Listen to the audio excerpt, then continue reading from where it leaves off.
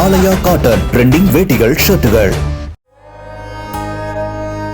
காஞ்சிபுரம் மாவட்டம் ஸ்ரீபெரும்புதூர் அருகே சித்தூரில் ஈரமான கையுடன் செல்போன் சார்ஜரை சாக்கெட்டில் பொருத்தும் போது பக்கத்தில் இருந்து சேதமடைந்த ஒயரில் விரல் பட்டு மின்சாரம் தாக்கி புஷ்பா என்ற பெண் உயிரிழந்தார்.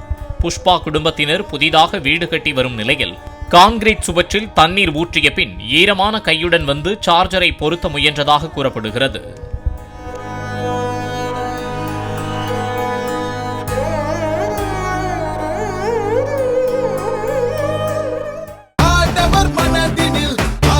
ஆலயா காட்டன் ட்ரெண்டிங் வேட்டிகள் ஷர்ட்டுகள்.